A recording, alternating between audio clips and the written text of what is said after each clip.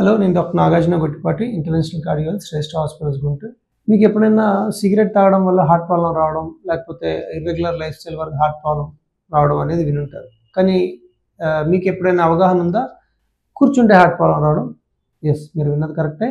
మీరు ఎక్కువసేపు కూర్చొని, అంటే సెడెంటరీ లైఫ్ స్టైల్, ఎక్కువ రోజు 8 గంటలు 10 గంటలు ఎక్కువ కూర్చొని ఆఫీస్ వర్క్లో ఉంటే మీకు హార్ట్ ప్రాబ్లం వచ్చే అవకాశం ఎక్కువ.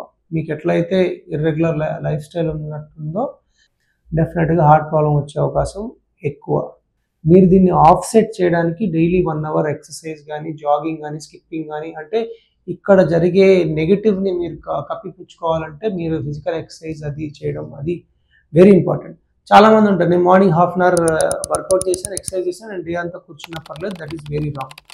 సో మీరు డేలో కూడా కుదిరితే అవర్లీ ఒకసారి వెళ్ళి చిన్న షార్ట్ వాక్, ఏమైనా వర్క్ ఉంటే వెళ్ళి కాఫీకి వెళ్ళడం, లేకపోతే మీరు ఎవరైనా అడగడం కంటే మీరు వెళ్ళి తెచ్చుకోవడం, వాటర్ మీరు వెళ్ళి తెచ్చుకోవడం, రెస్ట్ రూమ్కి వెళ్ళడం, ఏమైనా పేపర్స్ అలాంటివి కావాల్సినప్పుడు ఫోన్ చేసి తీసుకురమ్మని చెప్పడం, మీరు వెళ్ళి చేయడం. సో మీరు వాంటింగ్గా మీరు కొంచెం ఒక ఫిజికల్ యాక్టివ్గా ఉండే లైఫ్ స్టైల్కి మారడానికి ట్రై చేయాలి. సో కొన్ని వారాల తర్వాత మీకు అలవాటు అయిపోతుంది, మీరు ఎవరు అడగరు, మీకు మీరే అన్నీ చేసుకోగలుగుతారు.